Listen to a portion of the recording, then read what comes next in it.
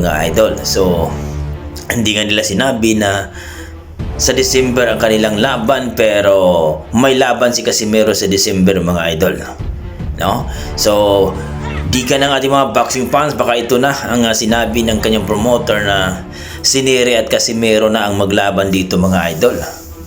Dahil pinagharap na nga itong si Casimero at Nery. So, grabe, no? Kung nga ito ay mangyayari mga idol, napakagandang laban ito dahil itong si Nery ay hindi talaga ito talagang umaatras din mga idol. Ito yung hinahanap natin na boksingero na pangtapat kay Casimero. Kasi yung nangyari kay Kinichi Kamida ay walang kwentang laban yun eh. Puro takbo na walang nangyaring bakbakan, no? So, sabi nga ng mga ating mga boxing fans ay walang kwentang laban yun. Pero ito kay Nery mga idol, asahan natin na itong laban ni Nery at ni Casimero, napakagandang laban talaga ito. Kaya ayon sa ating mga boxing fans, mag-training ng maayos si Casimero